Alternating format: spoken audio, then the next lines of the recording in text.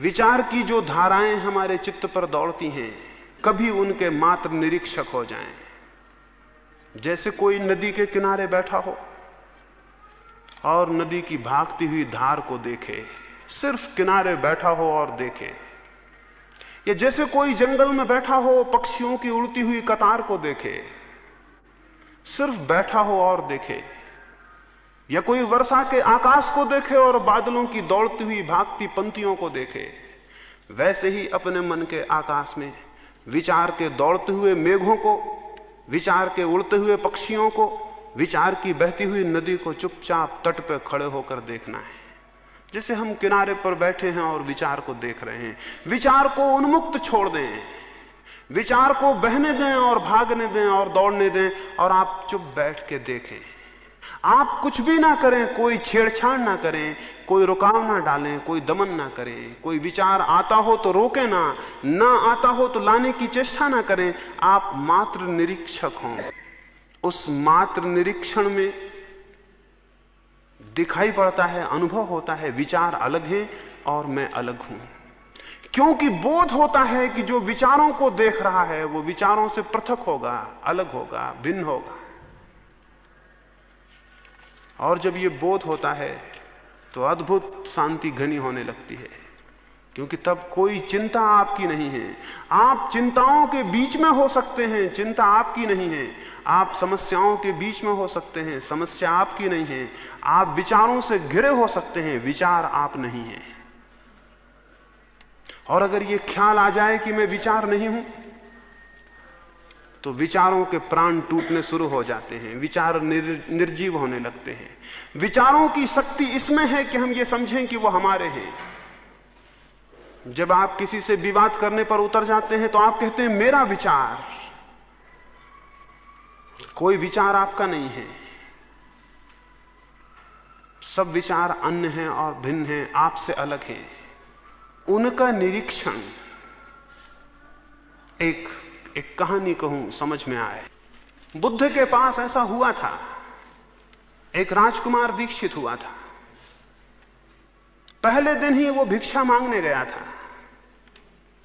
उसने जिस द्वार पर बुद्ध ने भेजा था भिक्षा मांगी, उसे भिक्षा मिली। उसने भोजन किया, वो भोजन करके वापस लौटा, लेकिन उसने बुद्ध को जाके कहा क्षमा करें, वहां मैं दोबारा नहीं जा सकूंगा। बुद्ध ने कहा क्या हुआ?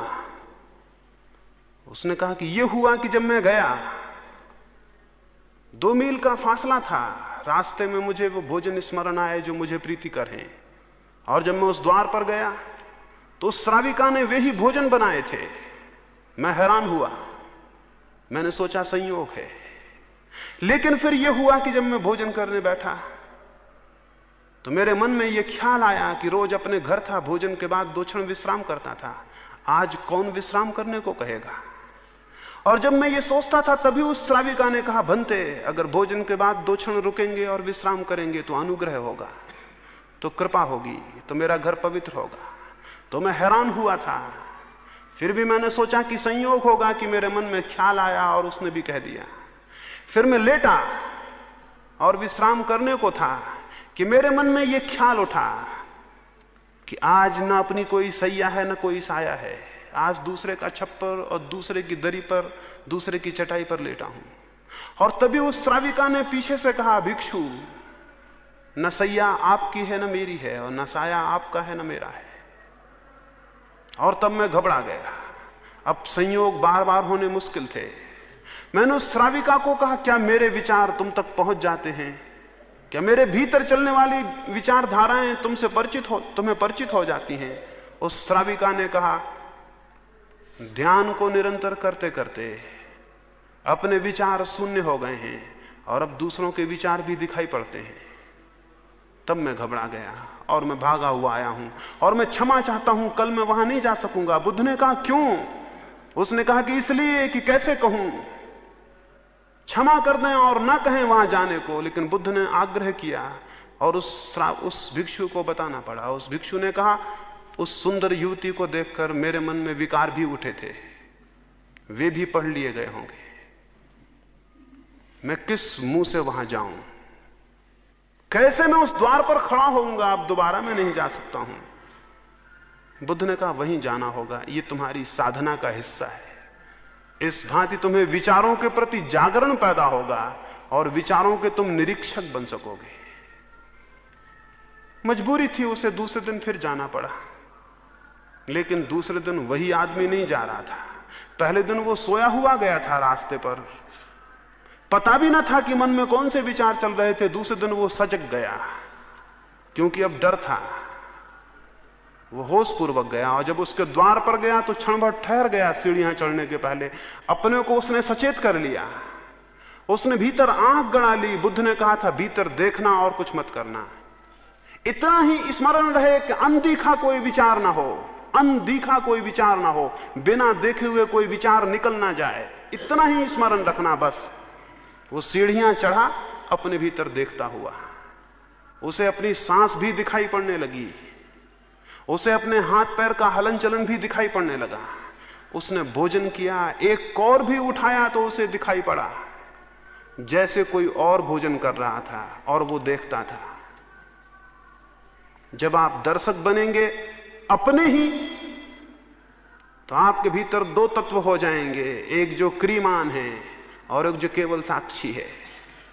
आपके भीतर दो हिस्से हो जाएंगे, एक जो करता है और एक जो केवल दृष्टा है।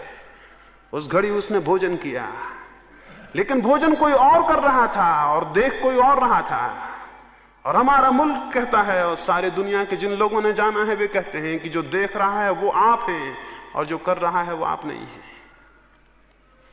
उसने देखा, वो हैरान हुआ, वो नाचता हुआ वापस लौटा और उसने बुद्ध को जाके कहा धन्य है, मुझे कुछ मिल गया। दो अनुभव हुए हैं। एक तो यह अनुभव हुआ कि जब मैं बिल्कुल सजग हो जाता था तो विचार बंद हो जाते थे। उसने कहा एक अनुभव तो यह हुआ कि जब मैं बिल्कुल सजग होकर देखता था भीतर तो विचार बंद हो जाते थे। दूसरा अनुभव यह हुआ कि जब विचार बंद हो जाते थे तब मैंने देखा कर्ता अलग है और दृष्टा अलग है। बुद्ध ने कहा इतना ही सूत्र है, जो इसे साध लेता है वो सब साध लेता है। विचार के दृष्टा बनना है, विचारक नहीं। स्मरण रहे, विचारक नहीं, विचार के दृष्टा। इसलिए हम अपने ऋषियों को दृष्टा कहते हैं, विचारक नहीं। महावीर विचारक नहीं है, बुद्ध विचारक नहीं है, ये दृष्टा है। विचारक तो बीमार आदमी है। विचार वे करते हैं जो जानते नहीं हैं। जो जानते हैं वे विचार नहीं करते, वे देखते हैं, उन्हें दिखाई पड़ता है, उन्हें दर्शन होता है। और दर्शन की पद्धति अपने भीतर विचार का निरीक्षण है। तो उठते बैठते सोते जागते अपने भीतर जो भी विचार की धारा चलती हो उसे देखें और किसी भी विचार के साथ तादात्म्य ना करें कि इस विचार के साथ में एक हो गया। विचार को अलग चलने दें, आप अलग चलें। आपके भीतर दो धाराएं होनी चाहिए। साधारण आदमी के भीतर एक धारा होती है मात्र विचार की।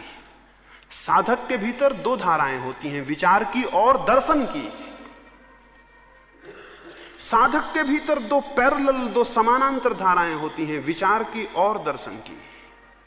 सामान्य आदमी के भीतर एक धारा होती है मात्र विचार की, और सिद्ध के भीतर भी एक ही धारा होती है मात्र दर्शन की।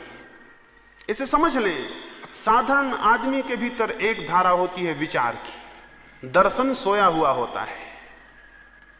साधक के भीतर दो धाराएं होती हैं समानांतर, विचार की और दर्शन की।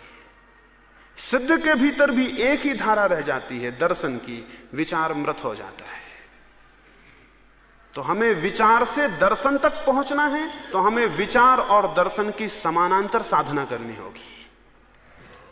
अगर विचार से दर्शन तक पहुंचना है तो हमें विचार की और दर्शन की समानांतर साधना करनी होगी। उसको मैं सम्यक निरीक्षण कह रहा हूं, उसको सम्यक स्मृति कह रहा हूं, उसको महावीर ने विवेक कहा है।